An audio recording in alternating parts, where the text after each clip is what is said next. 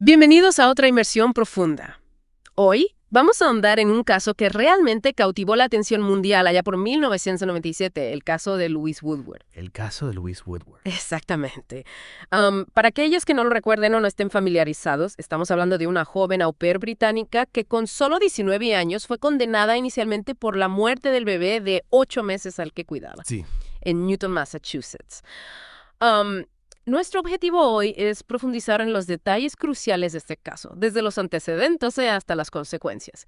Y por supuesto intentaremos comprender todas las complejidades que lo rodean. Afortunadamente tenemos a nuestra disposición información muy detallada de Wikipedia en español. Sí, de hecho. Entonces, un bebé con una fractura de cráneo, un adolescente au pair, y una palabra popped, que se convirtió en un punto central de controversia debido a las diferencias en su significado entre el inglés británico y el americano. Es fascinante, ¿verdad? ¿Y cómo se desarrolló este drama legal y qué controversias tan profundas desató? Comencemos con los antecedentes del caso.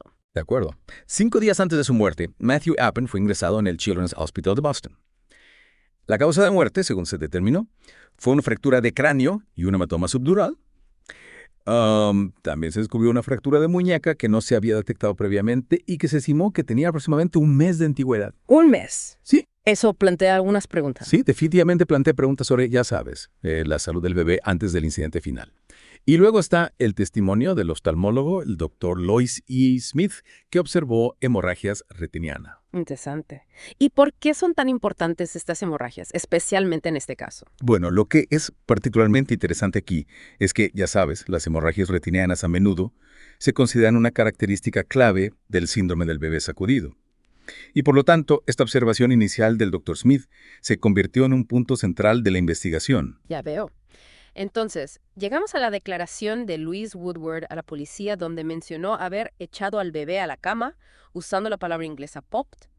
Y aquí es donde la barrera del idioma entra en juego, ¿verdad? Sí, absolutamente. Ujú. En el inglés británico, popped puede interpretarse como simplemente poner o colocar algo suavemente. Pero en el inglés americano, esa misma palabra puede sugerir un movimiento más brusco o incluso violento. Vaya, entonces, una sutil diferencia lingüística, pero con enormes implicaciones legales. Exactamente. Imagino que la defensa se aferró a eso. Lo hicieron. Argumentaron esta diferencia de significado ante el jurado.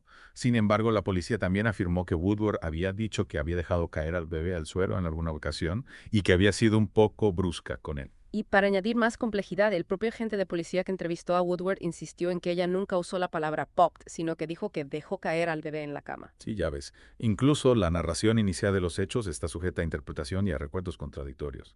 Exacto. Entonces, Woodward fue arrestada el 5 de febrero, inicialmente por agresión con lesiones y luego por asesinato tras la muerte del bebé.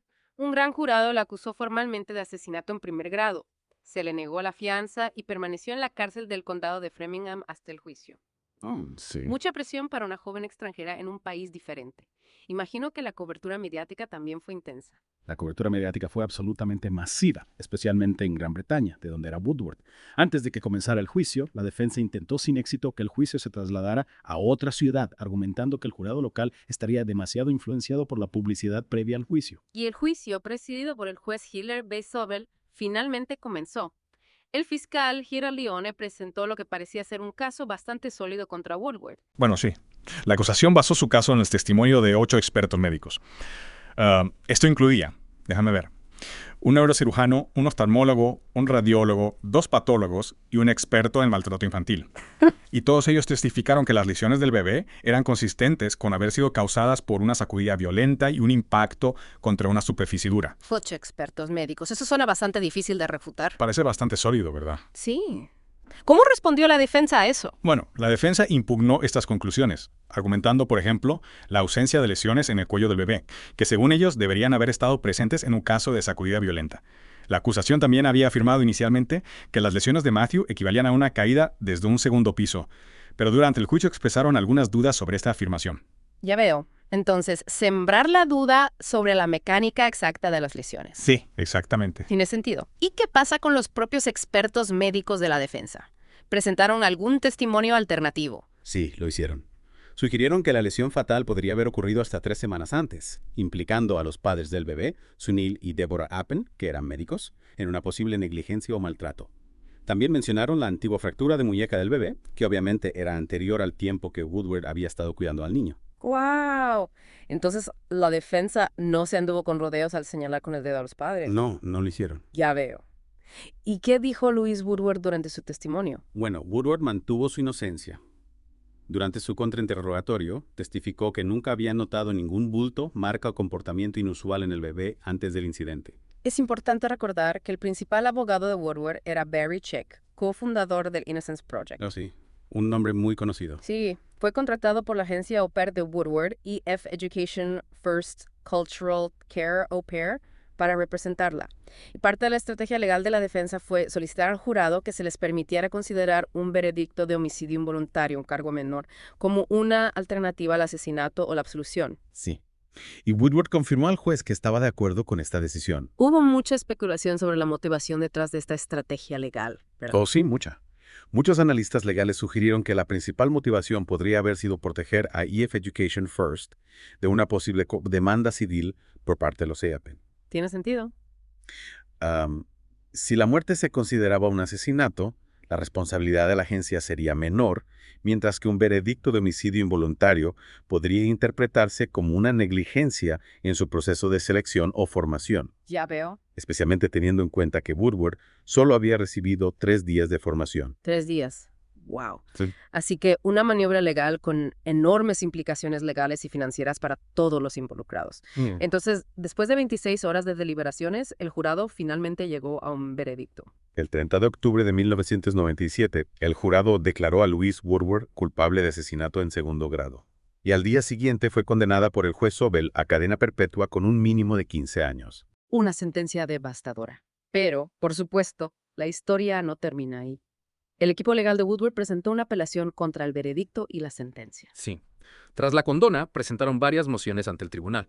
También se filtró que el jurado había estado dividido sobre el cargo de asesinato y que los que estaban a favor de la absolución habían sido presionados para aceptar un veredicto de culpabilidad. Interesante. ¿Y qué pasó con la apelación? Bueno, el 10 de noviembre, el juez Sobel redujo la condena a homicidio involuntario. En su decisión, argumentó, si bien las acciones de Woodward fueron trágicas, estaban marcadas por confusión, inexperiencia, frustración, inmadurez y cierta rabia, pero no por la maldad en el sentido legal necesaria para mantener la condena por asesinato en segundo grado. Ya veo. Y eso significó. Lo que significó fue que Woodward fue liberada inmediatamente, ya que su sentencia se redujo al tiempo que ya había cumplido, que eran 279 días. Ya. Sin embargo, el fiscal, Gerald Leon, apeló la decisión ante el Tribunal Supremo de Massachusetts. Los abogados de Woodward también pidieron al tribunal que desestimara por completo la condena por homicidio involuntario. El Tribunal Supremo confirmó el veredicto de culpabilidad, pero en una decisión muy dividida 4-3, rechazó la apelación de la Fiscalía contra la reducción de la condena a homicidio involuntario. Increíble. Sí. El 16 de junio de 1998 se confirmó la sentencia de homicidio involuntario y Woodward regresó al Reino Unido. ¡Wow! Un largo y complicado proceso legal. Sí. También es importante mencionar que Louis Woodward se sometió a una prueba de polígrafo a principios del caso. Sí, lo hizo. El 7 de mayo de 1997 se sometió a una prueba de polígrafo administrada por el Dr. David C. Raskin, que había sido contratado por sus abogados. ¿De acuerdo? La pregunta clave era si había causado las lesiones a Matthew el 4 de febrero de 1997, a lo que ya respondió que no. El Dr. Raskin concluyó que sus respuestas indicaban veracidad con un 95% de confianza.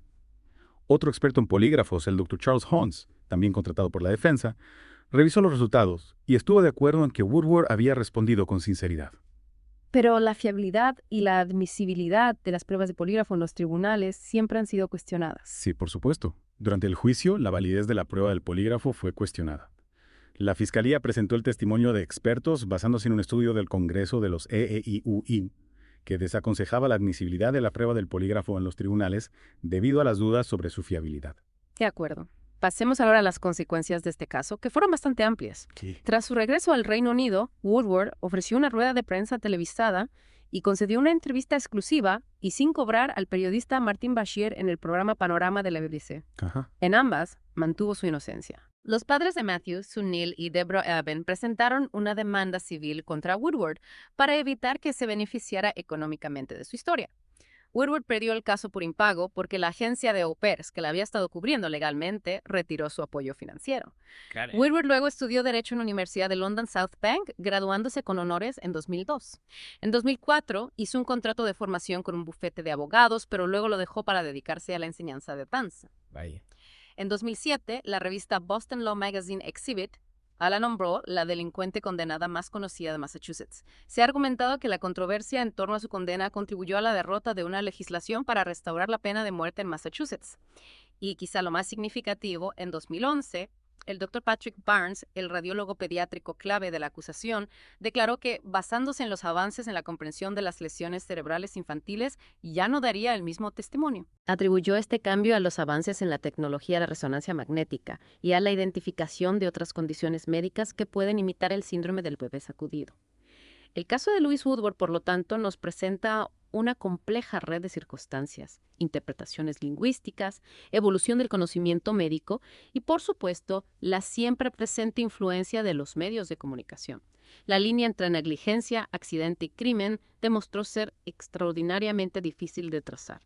Lo que creo que es realmente fascinante de este caso es cómo pone de manifiesto la naturaleza a menudo incierta de la verdad y la justicia, especialmente cuando se trata de testimonios contradictorios, la interpretación de pruebas médicas complejas y la inmensa presión de la opinión pública. Absolutamente.